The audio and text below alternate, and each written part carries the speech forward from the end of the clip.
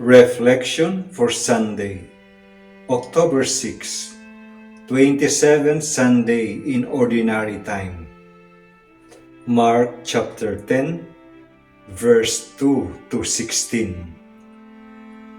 A blind man fell in love with his neighbor. When he was asked by his parents what made him love the woman, he said, "I can sense her inner beauty, her caring and loving ways. She also has a very gentle and good heart."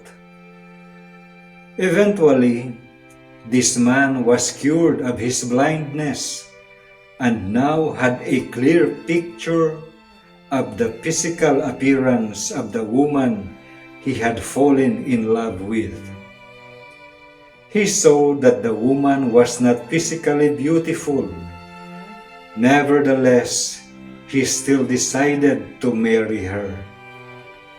However, after a few months, the lack of physical beauty somehow diminished his love for her. Soon after, he deserted her for a young and physically attractive woman. In this Sunday's Gospel, Jesus talks about the indissolubility of the marriage covenant between a man and a woman. He emphasizes that no one has the right to dissolve this marriage. Jesus himself said, "What God has joined together, no human being must separate."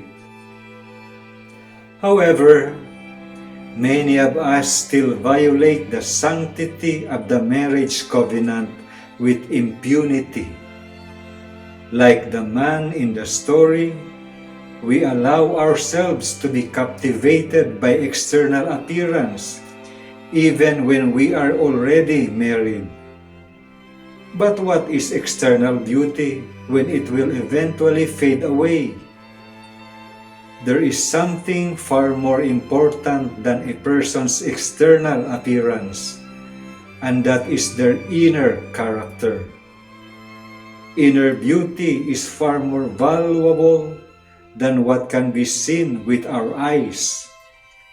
A person's attitude, goodness, and gentleness count far more than physical appearance. Let us be faithful to our marriage covenant. Let us not give room for Satan to destroy this covenant. Satan, who often comes to us with a beautiful or handsome face and a charming body.